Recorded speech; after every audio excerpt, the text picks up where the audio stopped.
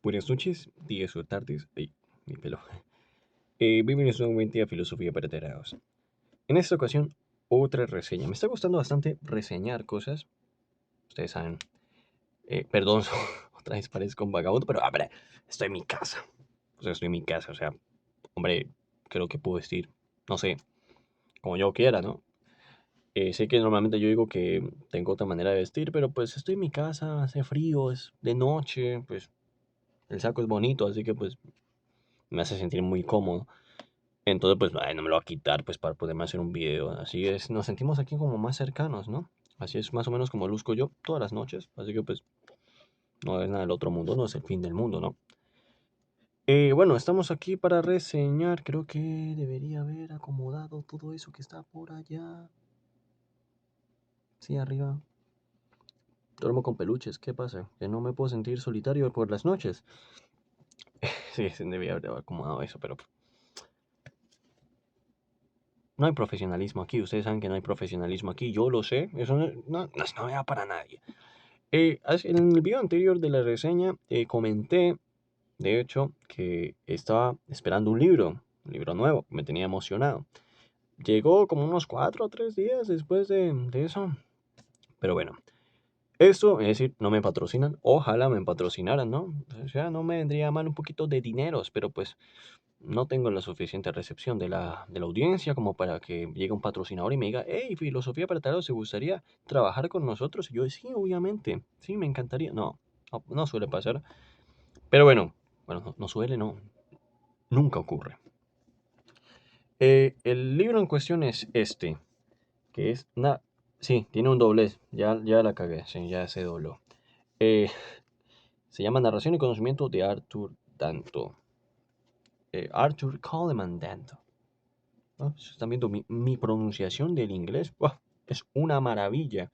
Sí, me voy para Gringolandia ya prácticamente. Como me encanta ese país, ¿eh? Estados Unidos es un país hermoso, con una cultura increíble. ¡Ja! Nunca había visto un país tan, pero tan desarrollado, tan hermoso, donde, no sé, las calles como que se puede respirar el sueño americano. Qué hermoso, ¿no? Ver que Nueva York está prácticamente cayéndose a pedazos y que es un país de mierda donde simplemente, bueno, perdón, ya, lo siento, no me gusta Estados Unidos. No, no sería el país idóneo para vivir. Ojo, digo yo, mi opinión subjetiva, relativa. Estados Unidos es una porquería, pero bueno, ¿quién va a opinar? Yo soy tercer mundo y pues ya, y toca ver, toca dejar que la gente ilusa siga soñando con ir a Estados Unidos, ¿no? Verlo como un progreso. Pero bueno, que en fin, que no sé por qué lo menciona. Porque porque es estadounidense, sí. Bueno, contexto del libro. Este libro, a ver, yo detesto un poco los trucos de las editoriales para sacarnos lo que viene siendo los dineros y el money. Sí, no me gusta, no me gusta. ¿Cuál es mi problema aquí, mi queja? Primero, este libro hace parte de una edición que se llama Narration and Knowledge, si no estoy mal. Narración y conocimiento. ¿Cómo se llama este? Narration and Knowledge. Creo que se dice Knowledge, ¿no? Conocimiento en inglés. Narration and Knowledge. Ese B2. Increíble, ¿no? ¿Cómo soy todo un bilingüe? Increíble. Sí, se llama así. Lo hicieron para sacar, si no estoy lo era por los 10 años de la obra principal que escribió Danto, que se llama Analytical Philosophy of History. Así se llama. La pueden encontrar en Internet Archive o otros repositorios. Yo lo uso, bueno, lo leía, ya no lo necesito leer desde ahí, pero yo lo leía desde Internet Archive, ¿no? Y pues ahí está, pero necesitas estar ligado a una institución. En mi caso, pues estoy con mi universidad, ya no por mucho tiempo más, ¿no? Porque ya estoy en los laureles de graduarme de ser un historiador de culto, de éxito prácticamente, ¿no? El mejor historiador de mi casa. Em, entonces, cuando se acabe ya, cuando ya tengo mi cartoncito que diga, soy historiador, pues ya no tendré acceso a los repositorios porque ya sería un ave que abandonó el nido, que ya no está, ¿vale? Entonces, pues si estás ligado a una institución, puedes encontrarlo ahí.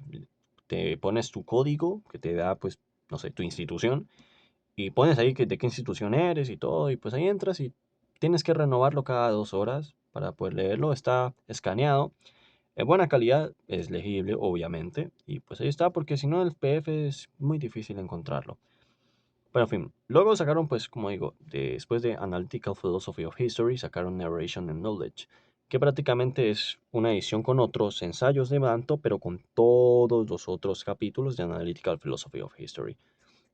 ¿Qué ocurre aquí? En español nunca se tradujo Analytical Philosophy of History, jamás se tradujo. De hecho, lo que teníamos como traducción eran ciertos capítulos en un libro de la editorial Paidós que se llamaba Historia y Narración, ¿vale?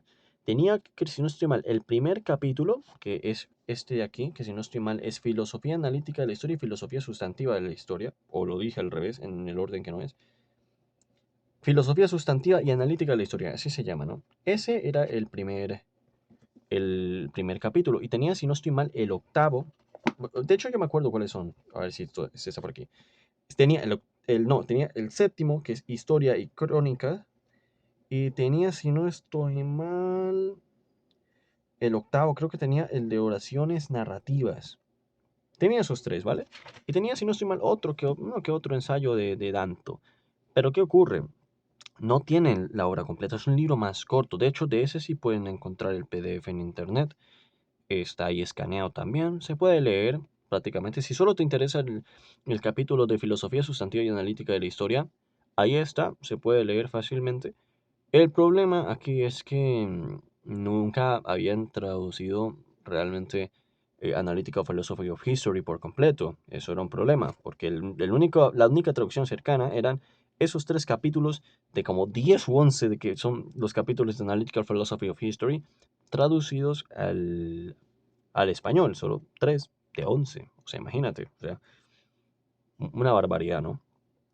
Y esta edición, que es de Prometeo, de una editorial, si no estoy mal, es argentina, eh, tiene libros así como de esta línea filosófica, ¿no? Que se le conoce como el narrativismo, aunque él no tanto es como medio de encasillarlo por ahí, pero pues es una editorial que pues suele traducir libros de filosofía, como por ejemplo de Hayden White, de Frank Ankersmith y también de otros autores, ¿no? Que también son o filósofos o son historiadores. Tienen, por ejemplo, si no estoy mal, más allá del objetivismo y el subjetivismo, que creo que así se llama. No me acuerdo del autor, pero por ahí lo vi también, que está... Ah, y tiene también La nueva filosofía de la historia de Verónica Tosi. También es un libro interesante para adentrarse a estas cuestiones. Entonces, este libro, la edición es del 2014. O sea, imagínense, porque la de Paidós, la historia y narración, es como del 80, más o menos por ahí. O sea, una edición... Bueno, tampoco el 80, creo que es como el 90, no sé. Pero ya es del siglo pasado, hombre. Y tardaron mucho tiempo en poder traducir esto. Y lo peor es que, claro, tú solo te das cuenta de que esto es Analytical Philosophy of History si sabes que Analytical Philosophy of History se reeditó, ¿no? En otra edición llamada Narration and Knowledge, que se vende como otro libro aparte, pero con el mismo contenido de Analytical Philosophy of History, solo que con unos cuantos libros de más. No, libros no, ensayos, ¿no? Y comentarios y todo eso. Eso es un lío, ¿vale? Con las editoriales. Es un lío bastante extenso. Pero lo bueno es que este libro al final ya es la culmen, ¿no? De todo, ¿no?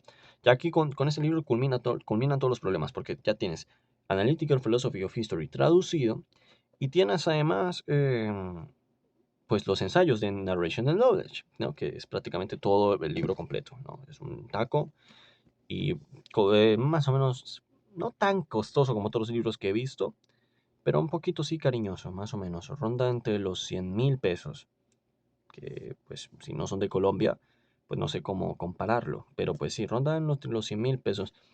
Y lo compré por Busca Libre, por eso es que digo que no me están pagando por hacer publicidad gratis, pero la gran mayoría de mis libros los compro por Busca Libre, los que son nuevos. Entonces ese lo encontré en Busca Libre y lo compré, ¿vale? Me costó alrededor de 100.000 pesos, sí, tal cual. 101.000 pesos, ¿vale? 101.000 pesos. Y pues estaba aquí al menos en mi país, si no estoy mal creo que está en Medellín. Como cosa raro, todos los libros están en Medallo, los libros buenos, ¿no? Entonces, ¿por qué recomiendo comprar este libro? Si eres parte de una universidad y sabes leer en inglés y no te molesta leer inglés, he de decir que en lo personal, yo leí bastante tiempo Analytical Philosophy of History en inglés, pero he de decir que se torna un poquito medio denso cuando son temas más complejos. Como por ejemplo, cuando él intenta explicar acá, ¿dónde está? La temporalidad y también la secuencia de causas y de explicaciones, ¿no? Que creo, si no estoy mal, en el rol de explicativo de las oraciones, si no estoy mal, es esto de aquí, ven. Eso lo conocemos como lógica proposicional, ¿no? ¿Vale? Es más complejo, ¿no? Cuando el tipo intenta explicar ya temas densos. Otra cosa, explicar este libro no es fácil de digerir en lo absoluto, ¿vale? Hay libros que son confusos, ¿no? Hay libros que son confusos, por ejemplo, el libro de Heidenwald, si no sé mal, Metahistoria puede ser un poquito denso, sino porque pues maneja, es como algo nuevo, ¿no? Que no se haya visto en la historiografía. No que me guste, pero es algo nuevo dentro de lo que cabe, que es el análisis tropológico, ¿no? De las narrativas.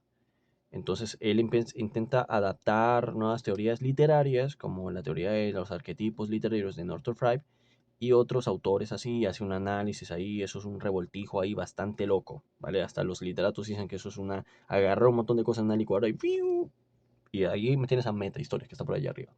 Bueno, no por allá arriba, acá está. ¡Ey! Tenía una menta ahí y se me cayó. Un Holz. Yo lo bajo.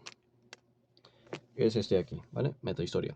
Que ese libro fue el que comenzó ya el narrativismo como lo conocemos, ¿no? El narrativismo ya de la ficción. Porque si bien este libro da lugar a ciertos indicios, ¿no? de relativismo, eh, a tanto no era de la línea relativista. O sea, si lo lees bien vas a entender que no, que le sabía bastante epistemología, le gustaba bastante o comprendía bastante bien la ciencia.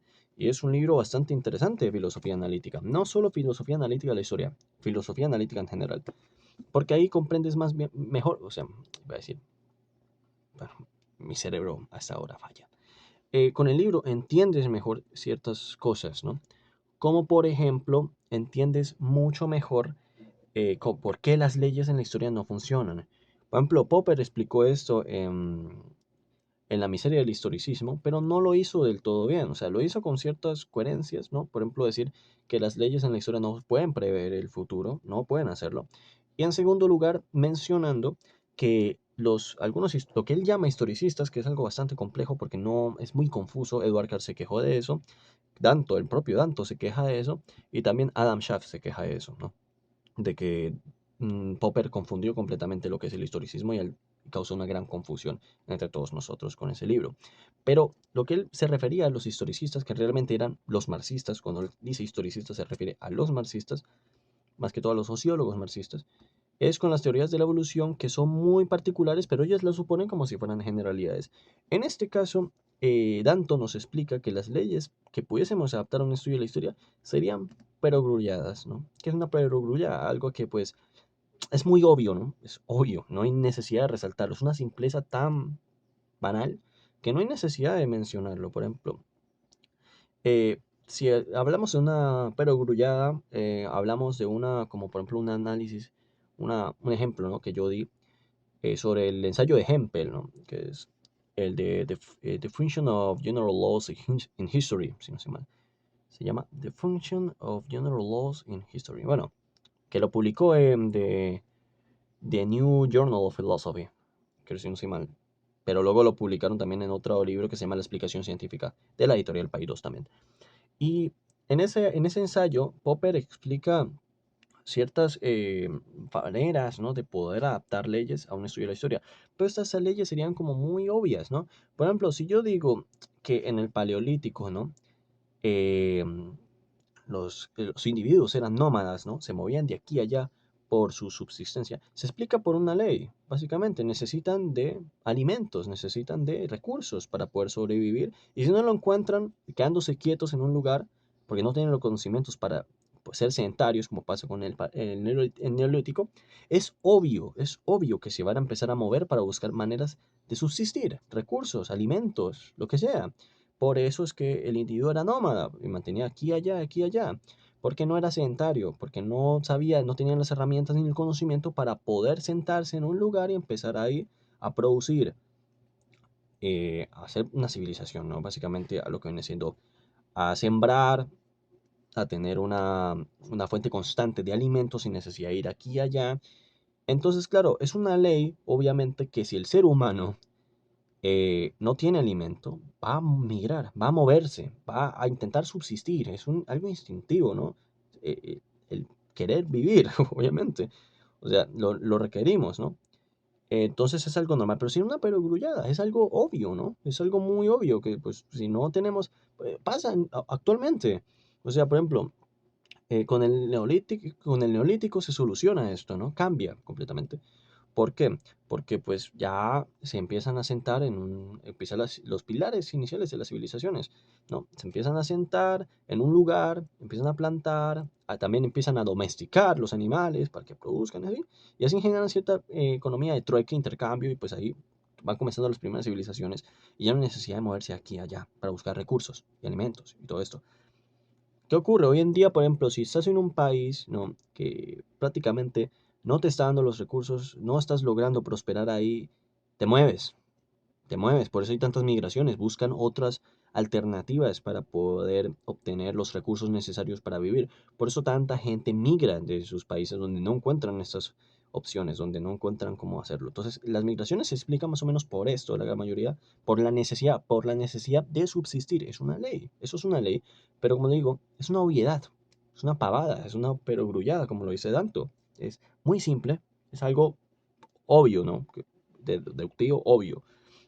Entonces, la gran mayoría de leyes de los historiadores serían de ese tipo, ¿no? De ese tipo de cosas muy obvias, ¿no? Em, entonces, él lo explica en este libro, que es en el capítulo que le dedica a Hempel. Que si los que no entiendan muy bien de la historia de Danto, Danto se vio inspirado, ¿no? Para poder escribir este libro, bueno, Analytical Philosophy of History, ya saben, ese es el libro original, cuando leyó el paper de Danto, ¿no? Cuando leyó Definition of General Laws in History, cuando leyó eso, el tipo le pegó un bombillo y dijo, bueno, pues vamos a ver si eso se puede, pero desde la filosofía analítica. Obviamente, Danto no es un historiador, que es aquí la distinción. Esto no es un libro de historia, ¿vale? No, no es un libro de historia, es un libro de filosofía de la historia, de la... Me pegué en el ojo, pero bueno, ya me muero. Pero no, es un libro de filosofía analítica de la historia. Que ya lo he explicado varias veces, que hay varias escuelas. La escuela sustantiva, como le llama Danto, pero también se le conoce como escuela especulativa, como lo dice William Walsh, que de hecho el celular está sobre el libro de Walsh, que algún día lo voy a reseñar también. Y entonces, luego sí que ahí está Hegel, está Condorcet, está Marx, están bastantes, ¿no? Historiadores más o menos del siglo XIX, ¿no? Bueno, y historiadores no, más que todo filósofos. Vamos a hablar de filósofos. Historiadores casi no lo sabía. Aunque Dilthey era un historiador y era idealista, neocantiano, y también a veces se le pone por ahí, pero no, pero no. Luego están los filósofos críticos. Con estos llega Walsh, ¿no? Walsh es uno de ellos. ¿Qué ocurre con Walsh? Que Walsh, no sé, porque no hay una clara distinción entre los filósofos críticos y algo moviéndose por ahí. Bueno, da igual. Lo vi así como con el reojo, ¿no? Capaz en mi cabello, que me jugó mal, pero bien. Entonces, la diferencia entre Walsh y Danto es que, y de hecho eran contemporáneos, porque Walsh menciona a Danto en su libro de Introducción a la Filosofía de la Historia, ¿no? O se llama Philosophy of History and Introduction, si no estoy mal, se llama en inglés. Em, entonces se mencionan, y de hecho él menciona que Danto la llama sustantiva, pero que no hay diferencia nada en lo sustantivo y lo especulativo es lo mismo, solo son dos maneras diferentes de llamarlo. Entonces Walsh más que todo se llama a sí mismo crítico de la filosofía crítica de la historia, pero en cierta manera es analítica. ¿Y por qué? No necesariamente Walsh tiene que hablar en términos de proposiciones como lo hace Danto, o dar analogías de este tipo, o meterse ya de lleno en la filosofía analítica para hacer un análisis lógico como lo hizo por ejemplo de Toynbee ahí. no necesita necesariamente meterse en la lógica proposicional. De hecho, él trata de evitarlo, pero él era un lógico de su tiempo. O sea, era un profesor experto en lógica, entonces él podría haberse metido por ahí, pero no lo hizo porque no quería hacer el libro muy denso, porque supone que es una introducción. Esto no es una introducción, esto ya es un manuscrito pesado, ¿no? Es duro, es duro. Entonces lo que ocurre aquí es que pues entre la filosofía crítica y la analítica no hay mucho que los separe, mucha diferencia. Mientras que hay una diferencia un poquito brutal con la filosofía analítica y la narrativista. Cuando llegamos a la narrativista, llegamos es con Heidenreich. Normalmente a Danto se le mete entre los narrativistas este libro para quien lo lea y sepa más o menos de las líneas filosóficas, se va a dar cuenta de que no es un libro de narrativismo. ¿Por qué? Porque Danto no trata de explicar las oraciones narrativas o explicar el rol de las narraciones en las explicaciones históricas a través de una intervención de las teorías literarias, de arquetipos, de tropos, ¿no? No trata de identificar esos tropos, ¿no? De las narrativas, entender las influencias, como rastrear algunos contextos de enunciación de los filósofos como Marx, como Heidenreich, que hizo todo un recorrido hacia filósofos del siglo XIX, historiadores también, para darse cuenta de ciertas tramas, ¿no? Cómo tramaban su propia narrativa, cómo la narrativa desde el punto de vista de X o Y historiador es diferente, un montón de cosas, ¿no? Metiendo ahí la teoría literaria. Danto no se mete en la literatura, no lo hace en este libro, ¿vale? Se mete más con la filosofía que con la literatura. Entonces, lo que ocurre aquí es que no termina de ser un libro narrativista, es pre-narrativista, ¿no? De hecho, Rosa del Bedresi, en su libro Introducción a la filosofía de la historia, conceptos y teorías de la historia, creo que se llama así, que está por ahí, está disponible en internet. Ella explica que él no es como tal un narrativista de la línea de Heidenreich, que es él empieza arte, o sea, él debuta, como decirlo, incursiona en en el rol de las narrativas, pero no termina de ser un narrativista, o sea, no es un narrativista, porque Belvedere sí dice que Danto tiene como ciertas aún influencias ortodoxas. ¿Qué es la ortodoxia para nuestra hermosa Belvedere? La ortodoxia para Belvedere es que el tipo aún siga metido en paradigmas analíticos, lógicos, ¿no? Al tipo, por ejemplo, a Danto le gusta más el primer Wittgenstein que el segundo. No le gusta el segundo, no le gusta las investigaciones. Le gusta más el del Tractatus. ¿Y qué era lo que decía el Tractatus? Para que le interese a Danto. Por ejemplo, algo que decía Wittgenstein en el Tractatus es que cosas tan simples como tautologías, contradicciones no tienen nada que ver, o sea, no dicen nada de la realidad, son absurdas.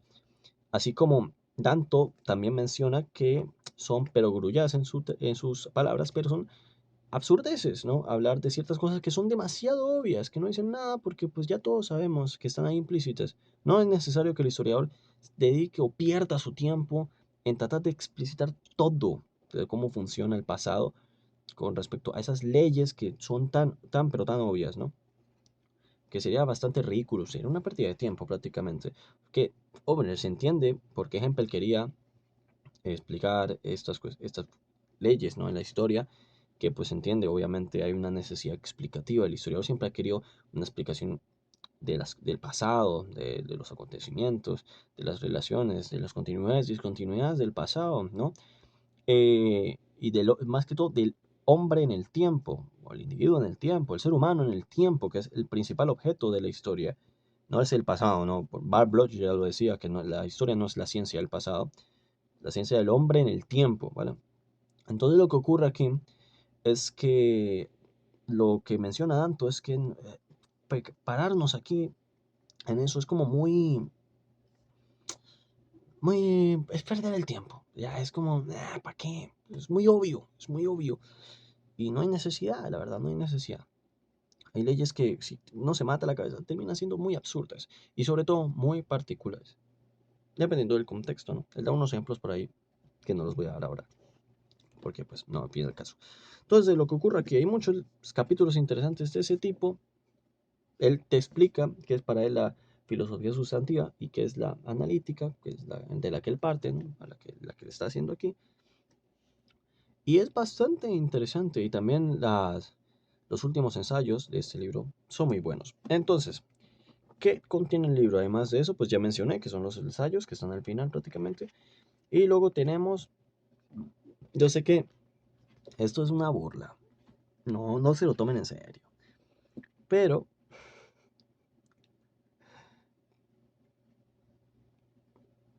sí, ya lo voy a mostrar. ¿Pero a quién tenemos ahí? ¿A quién tenemos aquí? Se me cayó la genealogía de la moral de Nietzsche. Se cayó la moral. Y se cayó también Heidenweight. Que no me molesta, la verdad.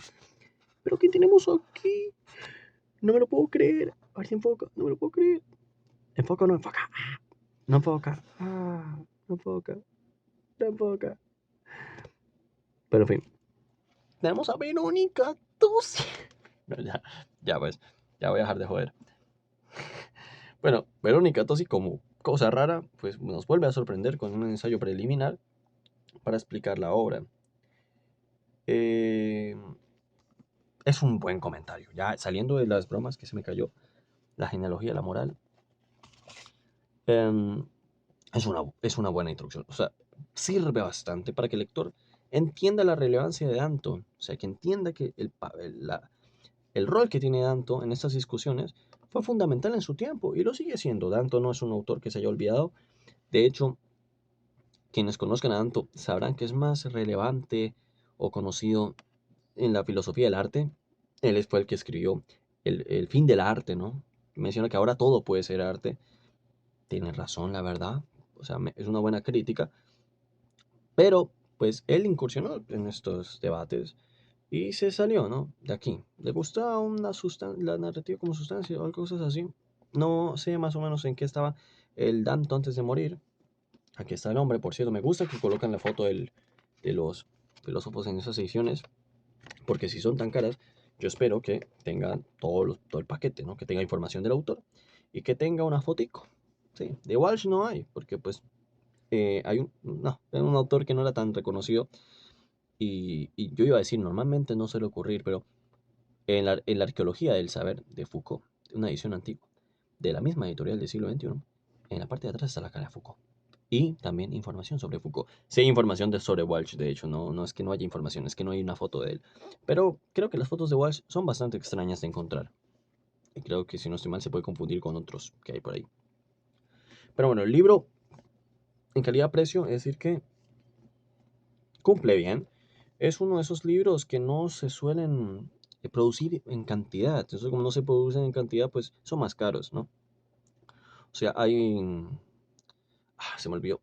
Iba a decir que algo, pero se me olvidaron los conceptos de economía.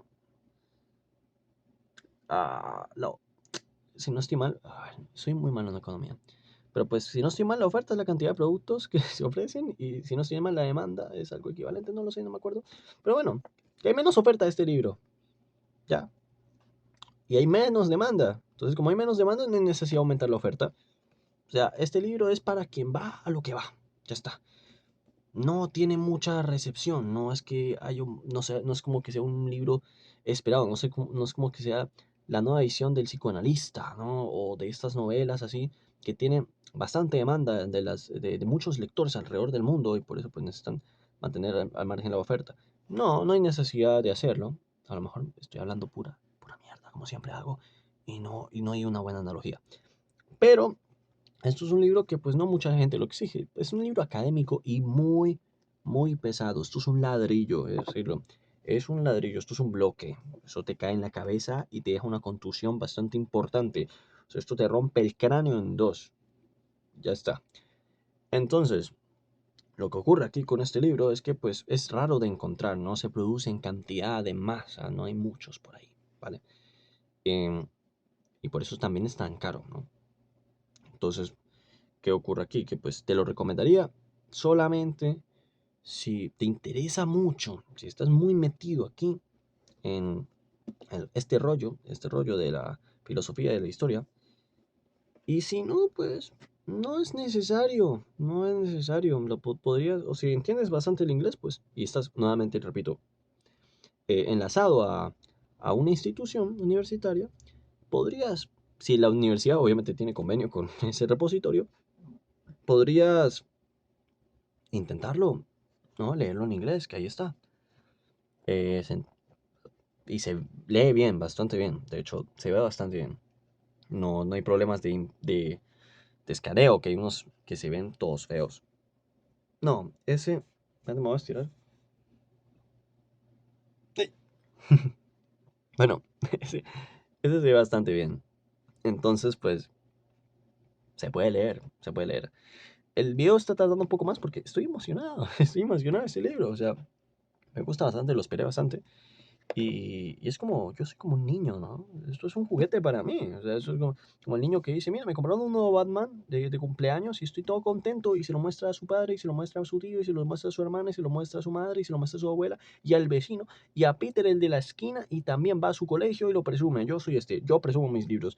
Mis amigos están hartos de mí. Siempre me dicen, ah, se había tardado. Y yo saco el libro y yo, pero ¿vieron el libro nuevo que...? Sí, sí, soy yo. Sí, doy asco, soy un mamón. Yo soy ese. Me gusta, me hace feliz y me gusta compartirlo con alguien. Sean randoms de internet, o sea, no sé, mi mejor amigo que siempre me tiene que aguantar estas cosas, ¿no? Ay, Solís, como te quiero. Pero en fin, el hombre tiene que aguantar esas cosas y lo aguantan también ustedes, que pues para algo están aquí. Y esto de parte les sirve porque quiero que sepan que yo soy muy selectivo con los libros. Si yo les doy una crítica de un libro, se las voy a dar con todos los paquetes, en portada, en contenido, en precio, en todo. Y se me apagó la luz, se fue la luz, no, pero... Bueno, entonces, como digo, la tipografía, nada que quejarse. Letra de buen tamaño. No estamos hablando de letra, no sé, ni del tamaño de una hormiga, no. Estamos hablando de letra que se entiende bastante bien, que se ve bien. Las citas a pie de página, obviamente. El índice, como debe ser, al inicio de la obra y no al final. ¿Vale? O sea, al inicio de la obra y no al final, porque al final queda feo. Queda feo, ¿no? Queda feo. Las notas a pie de página se ve bastante bien. Sí. ¿Y qué más? La traducción está muy bien hecha. Yo que lo he leído, pues del inglés, me doy cuenta que es una traducción muy buena y hay que darle créditos a la persona que hizo esta traducción, que es, tiene el nombre, obviamente, pues tiene que tener el nombrecito aquí, que es Luisa Fernanda Lasac. Sigue Lasac, creo que se dice así. Y la portada está linda. No es la mejor portada que yo he visto en mi vida porque es simplemente una pinturita ahí chiquitica. Y casi todos los libros, ¿no? Son así. Bueno, es decir que la portada del libro de Tosi es muy linda. Me gusta bastante. Creo que es de mis portadas favoritas de los libros de Prometeo. Obviamente tenían que hacerle justicia, ¿no?, a Tosi porque pues ya que ella se toma el tiempo, ¿no?, de analizar estos libros, de compartirnos su perspectiva y también de ponernos en lugar de por qué son tan importantes. Pues lo mínimo es que cuando haga un libro le hagan una belleza de portada, ¿no? Diría yo. Yo siendo el diseñador, yo digo, no pongas una pintura ahí, haz una portada realmente que se vea que se le metieron ganas. Y pues eso es lo que hay con el libro de Tosi, ¿no? Entonces, lo que digo es que está caro, pero pues vale completamente la pena solo si te interesan estas cuestiones. Si eres un estudiante nuevo de historia, no te lo recomiendo. No te lo recomiendo. Es un ladrillo, no lo vas a entender en lo absoluto. Si eres un estudiante de historia que no está muy involucrado en la teoría, no te lo recomiendo, porque nuevamente es un ladrillo. ¿Qué te recomendaría leer primero? Te recomendaría leer primero pues a los filósofos que él menciona, que serían pues a Hegel, te recomendaría leer a Marx, te recomendaría leer a Collingwood, te recomendaría leer a Walsh, que es un libro más sencillo que este. Te recomendaría leer, no todos los que él menciona los tienes que leer, porque unos que sí son medio complejos, pero el ensayo de Hempel es como el examen final, ¿no?, de todo esto, porque entiendo que hay filosofías que son más o menos complejas de entender, como la de Hegel, pero cuando ya te metes en formalidades lógicas, epistemológicas, de la justificación, de la explicación, y todo esto es más complejo porque requiere un pequeño nivel de comprensión de epistemología para poder entender el ensayo de Hempel, ¿no? Tienes que saber que es una ley, tienes que saber que es un modelo hipotético deductivo, tienes que tener el contexto de en cómo se enuncia, en qué época se enuncia esto, a qué pertenecía Hempel, porque explica realmente su pensamiento y sus influencias. Tienes que saber que era el Círculo de Viena, uno de los mayores representantes del Círculo de Viena, que trabajaba constantemente ahí. ¿Cuál es el pensamiento del Círculo de Viena? ¿Por qué se influencian así? Que son tienen sus ideas más o menos en el primer Wittgenstein del Tractatus,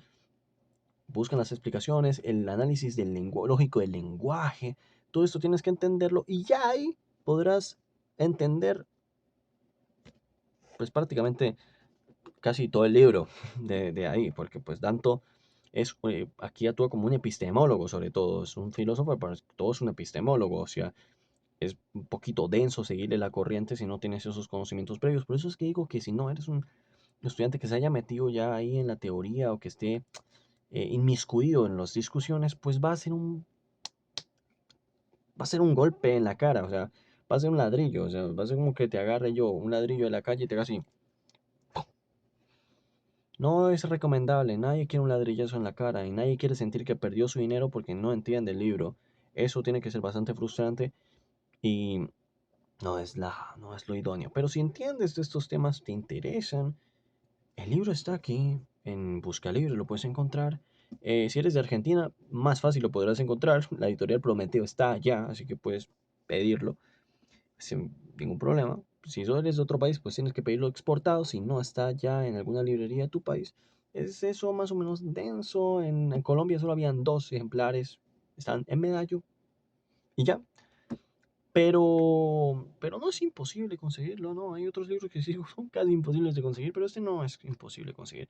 Y como lo digo, si entiendes inglés, pues ahí está Analytical Philosophy of History. Un problema es que no lo puedes traducir a mano en un traductor porque el fax no es interactivo, o sea, no puedes subrayarlo ni nada.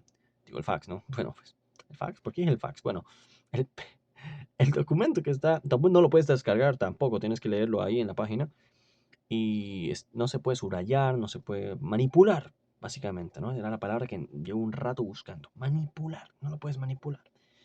Y eso es más o menos problemático en la lectura, ¿no? Entonces, pues, en este caso, yo lo recomiendo. Solamente, pues, si has escuchado las condiciones previas, de que no, para que no se siente como una pérdida de dinero, una frustración. Yo entiendo que a veces el lector puede sentir, yo, ¿por qué gasté eso si no lo estoy entendiendo? Esto está haciendo espacio. Entonces no es mi intención que se sientan así. Yo sé que esto tiene que ser bastante feo. Lo sentí yo al inicio cuando mi padre me trajo la fenomenología y no la entendía cuando estaba en primer semestre, porque este huevón creyó que podía lanzarse de una después de haber leído a Kant, que pues honestamente eh, Kant no es tan fácil de entender, pero entre Kant y Hegel, por cuestión de cómo se escribe, Hegel entenderlo es una desesperación constante, mientras que Kant escribe bonito. O sea, escribe medio confuso y de hecho la gran mayoría dice que es un filósofo oscuro por eso, pero no es tan oscuro como Hegel, que ya eso es otro nivel. Hegel está en otra liga de confusión. Kant no. Kant, más o menos, ahí está en los tiros. Está ahí como entrando a la penumbra, pero todavía no.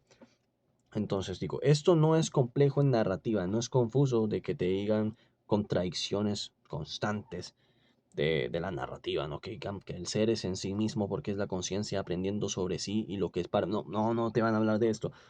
Te van a hablar de otros temas más formalizados, con otros conceptos que probablemente no vas a entender si no tienes este conocimiento previo, ¿ya? Entonces, por eso recomendaría informarse o leer más o menos lo que he recomendado antes para poder leer este libro, ¿no? Para poder hacer el gasto en este libro, que pues como le digo, si fuese un libro barato, yo te diría, hazlo, en algún momento lo entenderás y no sentirás que gastaste tu dinero si no lo haces. Pero es un libro bastante costoso, sí, bastante... Por ahí van los tiros, ¿no? Caro.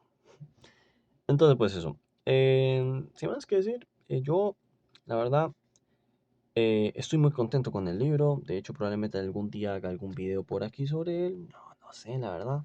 Quién sabe. Este video ahora aún más porque, como le repito, amo la filosofía de la historia. Más que todo la analítica. Narratismo y... ya, pues ya me conocen, ¿no? Pero bueno.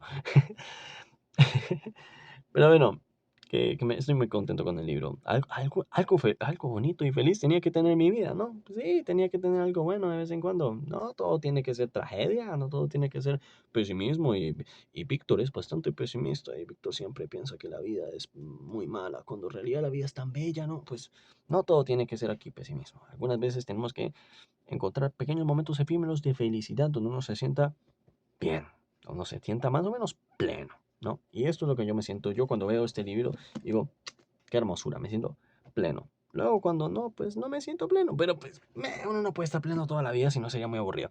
Pero bueno, ya no tengo nada más que decir. Casi me cae esto encima. Me muero aquí. No verían esto, no verían esta cara este simpaticón, ¿no?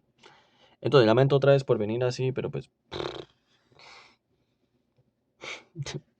lo siento, ya está. O sea, no van a ser la primera vez que me vean con este saco porque lo uso casi siempre, pero bueno, algún otro día me verán así y pensarán que no sé, que soy un vagabundo, que no se cambia de ropa, pero pues que sepan que casi siempre lo uso. Entonces, sin más que agregar, terminó esto otra vez. Ustedes saben que yo no soy profesional, así que voy a hacer así.